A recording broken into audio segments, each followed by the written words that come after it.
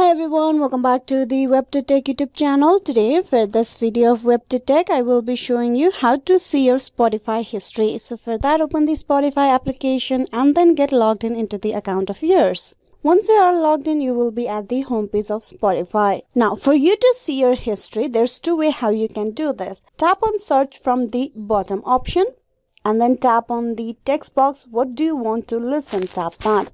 Now here you will be able to find all the recent searches, that is the Spotify history in here. Once you tap that, you will be given all the searches that you have made recently in your Spotify account.